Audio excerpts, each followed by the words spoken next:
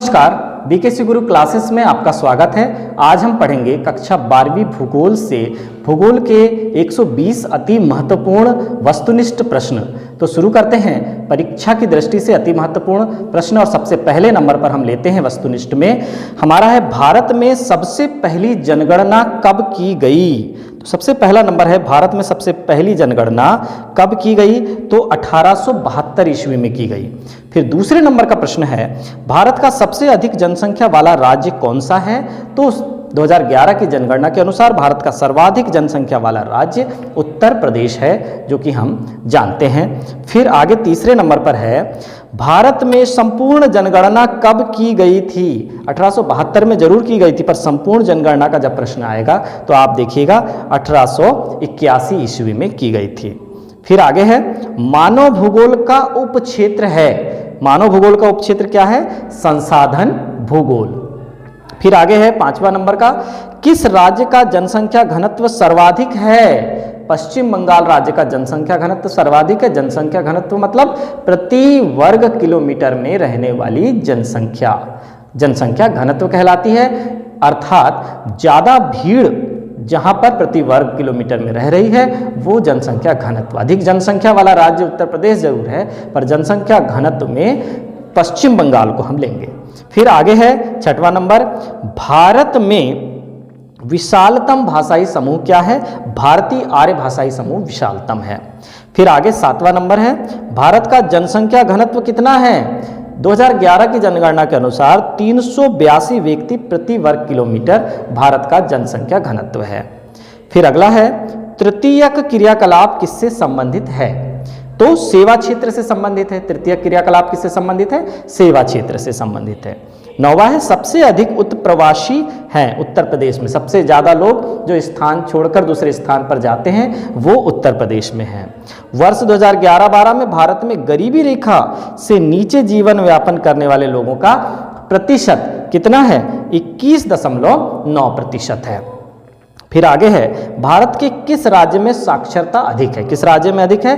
केरल में साक्षरता अधिक है। फिर आगे है मानव विकास सूचकांक 2011 के संदर्भ में विश्व के देशों में भारत की निम्नलिखित में से कौन सी कोटि है। तो 134वीं कोटि पर है, तो मानव विकास सूचकांक 2011 के अनुसार। फिर अगला प्रश्न है मकानों की आकृति व विन्यास को प्रभावित करते हैं भूमि की बनावट, जलवायु और आर्थिक दशा। ये क्या प्रभावित करते हैं? मकानों की आकृति और विन्यास को। अगला 14वां नंबर है विराट नगर है। कहां पर है विराट नगर? दिल्ली में है। फिर अगला प्रश्न है मानव भूगोल किसका अध्ययन करता है। तो मानव भूगोल अस्थिर पृथ्वी और क्रियाशील मानव के परिवर्तनशील संबंधों का अध्ययन हम मानव भूगोल में करते हैं। आगे है पास पास बने घरों वाली ग्रामीण बस्ती को क्या कहते हैं? हम गुच्छित कहते हैं। पास पास जो ग्रामीण बस्तियां घर बने होते हैं बस्ती में वो कहलाते हैं गुच्छित। आगे है जनसंख्या घनत्व दर्शाता है। क्या सूत्र है जनसंख्या घनत्व के लिए? जनसंख्या बटे क्षेत्रफल, यानी कितनी जनसंख्या है, पूरी जनसंख्या ले लीजिए और पूरा क्षेत्रफल ले लीजिए, तो प्रति वर्ग किलोमीटर में रहने वाले व्यक्तियों की संख्या निकल आती है। फिर आगे देखिए चाय उत्पादन में भारत का विश्व में स्थान है, पहला स्थान है। फिर 20वां है जनसंख्या वितरण को प्रभावित करने वाला सबसे प्रबल कारक जलवायु। हम जानते हैं कि जलवायु ही जनसंख्या वितरण को प्रभावित करने वाला सबसे प्रबल कारक है। किसे मसालों का राज्य कहते हैं? मसालों का राज्य केरल को कहते हैं। आगे खाद्यान्न फसल का क्षेत्र सबसे अधिक है, चावल का क्षेत्र सर्वाधिक है। फिर आगे है विश्व की 90% जनसंख्या 10% स्थल पर निवास करती है। बताइए 90% लोग केवल 10% स्थल भाग पर निवास करते हैं। फिर आगे है शुष्क कृषि में निम्न में से कौन सी फसल नहीं बोई जाती है। कुछ फसलों के नाम दे दिए जाएंगे, आपको बताना है कि गन्ना नहीं बोई जाती है। भारत में विश्व के कुल जल संसाधनों का कितना प्रतिशत जल मिलता है? 4% जल मिलता है भारत में विश्व के कुल जल संसाधनों का। जल किस प्रकार का संसाधन है? जल चक्रीय संसाधन है। चक्रण की प्रक्रिया होती है ना जल में, इसलिए जल चक्रीय संसाधन है। 27वां है एक स्थान से दूसरे स्थान पर जाने की प्रक्रिया क्या कहलाती है? उत्प्रवास कहलाती है। अभी हमने आपको बताया। 28वां है मोनोजाइट तथा थोरियम खनिज किस राज्य में पाए जाते हैं? केरल में सर्वाधिक पाए जाते हैं। फिर आगे है कौन सा खनिज अधात्विक खनिज है? बहुत सारे खनिजों के नाम यहाँ दे दिए जाएंगे, आपको बताना है। अभ्रक जो है अधात्विक खनिज है। फिर तांबे का सबसे अधिक उत्पादन किस राज्य में होता है? राजस्थान राज्य में तांबे का सर्वाधिक उत्पादन होता है। फिर 31वां प्रश्न है किस राज्य में प्रमुख तेल क्षेत्र स्थित हैं? असम राज्य में प्रमुख तेल क्षेत्र स्थित हैं। आगे है मध्य प्रदेश का सबसे महत्वपूर्ण कोयला खनन केंद्र कौन सा है? सिंगरौली में सबसे अधिक कोयला खनन क्षेत्र है, सबसे महत्वपूर्ण। फिर अगला प्रश्न है किस स्थान पर पहला परमाणु ऊर्जा स्टेशन स्थापित किया गया है? तो तारापुर वह स्थान है जहां पर पहला परमाणु ऊर्जा केंद्र स्थापित किया गया है। 34वां है निम्नतम गुणवत्ता वाला कोयला लिग्नाइट कहलाता है और उच्चतम गुणवत्ता वाला कोयला एंथ्रासाइट कहलाता है। फिर आगे देखते हैं भारत में बॉक्साइट का सबसे बड़ा उत्पादक राज्य कौन सा है? ओडिशा है। ओडिशा में बॉक्साइट का सर्वाधिक उत्पादन होता है। फिर भिलाई इस्पात संयंत्र किस देश के सहयोग से स्थापित हुआ है? तो रूस के सहयोग से भिलाई इस्पात संयंत्र स्थापित हुआ है। फिर आगे है मध्य प्रदेश में सूती वस्त्र उद्योग का प्रमुख केंद्र है इंदौर। प्रमुख केंद्र क्या है? इंदौर है। फिर अगला है भारत का रूर क्षेत्र कहलाता है, छोटा नागपुर का औद्योगिक क्षेत्र भारत का रूर क्षेत्र कहलाता है। फिर अगला है मानव विकास रिपोर्ट कौन सी एजेंसी लाती है? संयुक्त राष्ट्र विकास कार्यक्रम मानव विकास रिपोर्ट प्रस्तुत करती है। फिर आगे है हुगली औद्योगिक प्रदेश का केंद्र कहाँ है? हावड़ा में है, कोलकाता में। फिर आगे 42वां है कौन सा देश एचडीआई में प्रथम स्थान पर है? ह्यूमन डेवलपमेंट इंडेक्स एचडीआई में प्रथम स्थान पर देश जो है वो है नॉर्वे। फिर आगे 43वां है भारत का मैनचेस्टर कहा जाता है, अहमदाबाद को भारत का मैनचेस्टर कहा जाता है। फिर अगला है भारत सरकार ने किस वर्ष में नई औद्योगिक नीति की घोषणा की थी? 1991 में नई औद्योगिक नीति की घोषणा हुई थी। फिर 45वां है आईटीडीपी किस संदर्भ में वर्णित है? समन्वित जनजाति विकास प्रोग्राम क्या कहलाता है? आईटीडीपी कहलाता है। आगे 46वां है किस वर्ष योजना आयोग का स्थान नीति आयोग ने ले लिया था? 2015। फिर अगला है सूखा संभावी क्षेत्र विकास कार्यक्रम किस पंचवर्षीय योजना में प्रारंभ हुआ? चतुर्थ पंचवर्षीय योजना में यह प्रारंभ हुआ। फिर अगला है 48वें नंबर का प्रश्न भरमौर जनजाति क्षेत्र में कौन सी मुख्य नदी प्रभावित होती है? वह नदी है रीवा। फिर अगला है निम्न में से किस बांध से इंदिरा गांधी नहर निकलती है? तो हरिके बांध से इंदिरा गांधी नहर निकलती है। फिर 50वां है भारतीय राष्ट्रीय महामार्ग प्राधिकरण की स्थापना कब हुई थी? 1995 में हुई थी। फिर 51वां प्रश्न है सबसे अधिक सड़क घनत्व वाला राज्य कौन सा है? केरल है। 52वां है भारत की प्रथम रेलवे लाइन किन दो नगरों के मध्य निर्मित की गई थी? तो मुंबई और ठाणे के मध्य प्रथम रेलवे लाइन निर्मित की गई थी। 53वां है नागपुर योजना कब बनाई गई? 1943 में नागपुर योजना बनाई गई। 54वां है भारत का प्रथम संचार उपग्रह कौन सा है? आर्यभट्ट। भारत का प्रथम संचार उपग्रह आर्यभट्ट है। फिर भारतीय रेल प्रणाली को कितने मंडलों में विभाजित किया गया है? तो अब मंडल हो गए हैं 17। भारतीय रेल प्रणाली को 17 मंडलों में विभाजित किया गया है। कौन सा भारत का सबसे लंबा राष्ट्रीय राजमार्ग है? NH7 जो पूर्व नाम था अब वो NH44 हो गया है, भारत का सबसे लंबा राष्ट्रीय राजमार्ग। 57 किस वर्ष में पहला रेडियो कार्यक्रम प्रसारित हुआ था?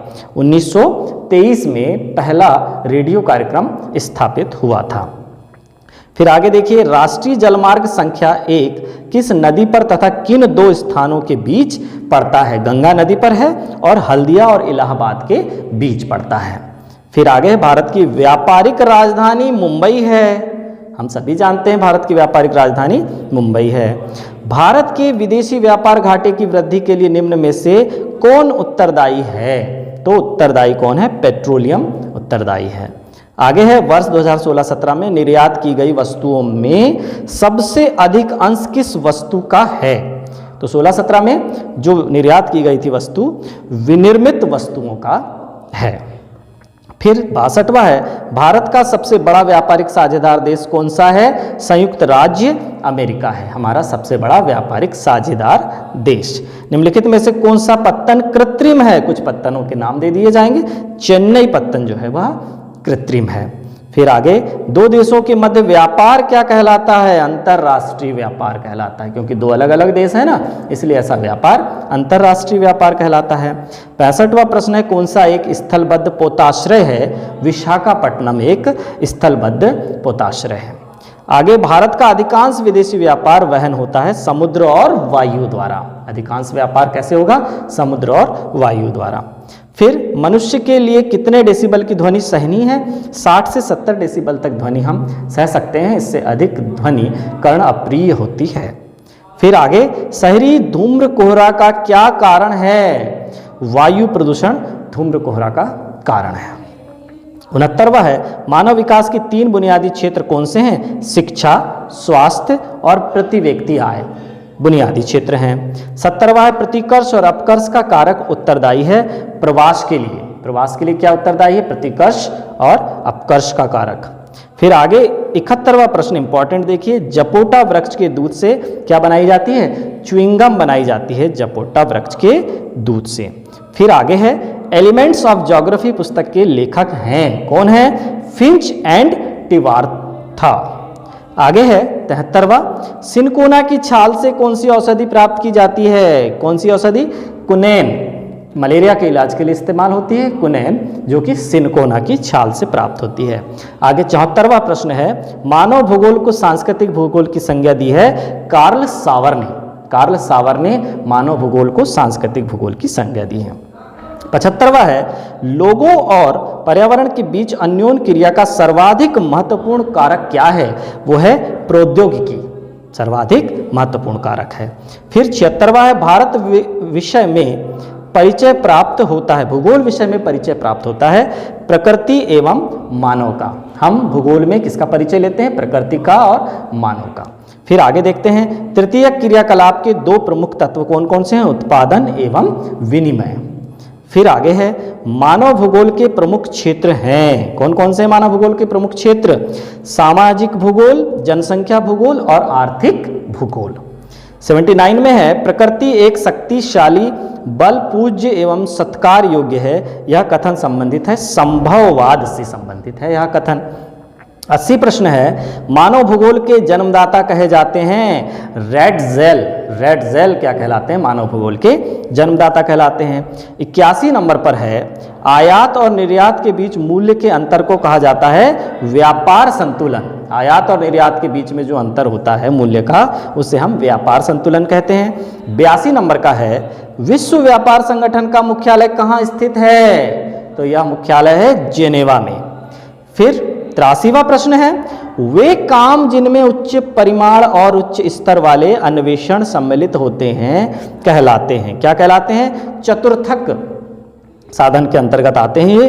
फिर उत्तरी पश्चिमी यूरोप है, एक क्या है? विकसित क्षेत्र है। उत्तरी पश्चिमी यूरोप एक विकसित क्षेत्र है। 85 नंबर में है, 50 अंश उत्तरी अक्षांश को जनसंख्या की धुरी कहते हैं, ये कहाँ पर है? यूरोप में है। फिर 86 है, एशिया महाद्वीप में सबसे अधिक जनसंख्या वाला देश कौन सा है? चीन है, और दूसरे नंबर पर भारत है। ये विश्व में भी सर्वाधिक जनसंख्या वाले देश हैं, प्रथम स्थान पर चीन है और दूसरे स्थान पर भारत है। फिर आगे हम देखते हैं 87 नंबर, विश्व में सबसे अधिक जनसंख्या घनत्व वाला महाद्वीप भी एशिया महाद्वीप है, क्योंकि सर्वाधिक जनसंख्या वाले देश यहीं पर हैं, तो सबसे अधिक जनसंख्या वाला महाद्वीप भी एशिया महाद्वीप है। कौन सा देश स्थिर जनसंख्या वृद्धि वाला देश है? न्यूजीलैंड की जनसंख्या वृद्धि दर स्थिर है। फिर आगे, किस विद्वान ने कहा कि लोगों की संख्या खाद्य आपूर्ति की अपेक्षा अधिक तीव्र गति से बढ़ती है? थॉमस माल्थस ने कहा। आगे, किस महाद्वीप में जनसंख्या वृद्धि सर्वाधिक है? अब अफ्रीका महाद्वीप में जनसंख्या वृद्धि की गति सर्वाधिक है। विकास का सर्वोत्तम वर्णन करता है गुण में धनात्मक परिवर्तन यदि हो रहा है तो हम कहेंगे विकास में सर्वोत्तम परिवर्तन हो रहा है। फिर आगे हम देखते हैं मानव विकास की अवधारणा किस विद्वान ने की है। किस विद्वान ने की है मानव विकास की अवधारणा? डॉक्टर महबूब उल हक। फिर अगला है 93 नंबर, चतुर्थ क्रियाकलाप के अंतर्गत वे समस्त कार्य सम्मिलित हैं जो होते हैं ज्ञानोन्मुखी। ज्ञानोन्मुखी कार्य सारे चतुर्थ क्रियाकलाप के अंतर्गत आते हैं। मानव विकास का मापन किस प्रकार किया जाता है? मानव सूचकांक द्वारा हम मानव विकास का मापन करते हैं। फिर आगे 95 है, तृतीय क्रियाकलाप के दो मुख्य तत्व हैं उत्पादन एवं विनिमय। तृतीय क्रियाकलाप के दो मुख्य तत्व हैं। 96 नंबर में है पुष्प कृषि के लिए विकसित देश है नीदरलैंड, एक विकसित देश है पुष्प कृषि में। फूलों की कृषि बतलाती है पुष्पोत्पादन को बतलाती है। फिर 98 है, स्थान बदलकर की जाने वाली कृषि को क्या कहते हैं? स्थानांतरित कृषि कहते हैं। 99 है, किस प्रकार की कृषि में खट्टे रसदार फलों की कृषि की जाती है? भूमध्य सागरीय कृषि में खट्टे रसदार फलों की कृषि की जाती है। 100वां नंबर है, किस देश में सहकारी कृषि का सफल परीक्षण किया गया है? डेनमार्क में सहकारी कृषि का सफल परीक्षण किया गया है। 101 नंबर है, फूलों की कृषि कहलाती है पुष्पोत्पादन। फिर 102 नंबर है, निम्न में से कौन सी कृषि के प्रकार का विकास यूरोपीय औपनिवेशिक समूहों द्वारा किया गया है? तो रोपण कृषि है। फिर 103 नंबर है, निम्न कृषि के प्रकार में से कौन सा कर्तन दहन कृषि का प्रकार है? आदिकालीन निर्वाहक कृषि। फिर 104 नंबर है, उद्योगों को पूर्ण करने में मशीनों का उपयोग है यंत्रीकरण में। तो ऑप्शन नंबर इसका सही उत्तर हो जाएगा यंत्रीकरण। 105 नंबर का प्रश्न है, निम्न में से कौन सी अर्थव्यवस्था में उत्पादन का स्वामित्व व्यक्तिगत होता है? ऐसे प्रश्न में ऑप्शन आ सकते हैं, तो पूंजीवाद। 106 नंबर है, स्वेज नहर जोड़ती है, क्या है उत्तर? भूमध्य सागर से लाल सागर को जोड़ती है। 7 नंबर है, सर्वाधिक सड़कों की लंबाई वाला देश है संयुक्त राज्य अमेरिका, सड़कों की सर्वाधिक लंबाई वाला देश है। 108 है, कोलकाता बंदरगाह किस नदी पर अवस्थित है? कौन सी नदी पर? हुगली नदी पर अवस्थित है कोलकाता बंदरगाह। फिर 109 नंबर है, सिलिकॉन घाटी किस उद्योग के लिए प्रसिद्ध है? सॉफ्टवेयर उद्योग के लिए सिलिकॉन घाटी प्रसिद्ध है। 110 नंबर है, निम्नलिखित में से कौन सा उद्योग आधारभूत उद्योग है? इस तरह के प्रश्न आ सकते हैं, तो लौह इस्पात उद्योग एक आधारभूत उद्योग है। 111 नंबर है, स्वच्छंद या फुटलूज उद्योग की विशेषता है कहीं भी स्थापित किया जा सकता है, कहीं भी स्थापना या उनकी विशेषता है। 112 तृतीय क्रियाकलाप है, व्यापार एक तृतीय क्रियाकलाप है। सेवा क्षेत्र ऐसा क्षेत्र है जो अमूर्त है, सेवा अमूर्त होती है ना, सेवा को हम देख नहीं सकते, तो यह एक अमूर्त क्षेत्र है। 114 देखिए, निम्न में से चतुर्थ क्रियाकलाप कौन सा है? विश्वविद्यालय शिक्षा, शिक्षा से संबंधित संपूर्ण क्रियाकलाप चतुर्थ क्रियाकलाप कहलाते हैं। किस देश में रेल मार्गों के जाल का सघनतम घनत्व पाया जाता है? संयुक्त राज्य अमेरिका में सघनतम घनत्व पाया जाता है। 116 नंबर है, चैनल टनल जोड़ता है पेरिस से लंदन को। फिर विश्व का सबसे लंबा रेल मार्ग है ट्रांस साइबेरियन रेल मार्ग। ट्रांस साइबेरियन रेल मार्ग विश्व का सबसे लंबा रेल मार्ग है। फिर 118 नंबर है, सर्वाधिक सड़कों का विश्व में विकास हुआ है संयुक्त राज्य अमेरिका में, सर्वाधिक सड़कों का विकास हुआ है। 119 नंबर है, व्यापार संगठन की स्थापना की गई है सन 1930 में। और अंतिम प्रश्न है, व्यापारिक उदारीकरण का दूसरा नाम क्या है? मुक्त व्यापार। तो बच्चों, आज की यह क्लास हमारी यहीं समाप्त होती है। धन्यवाद।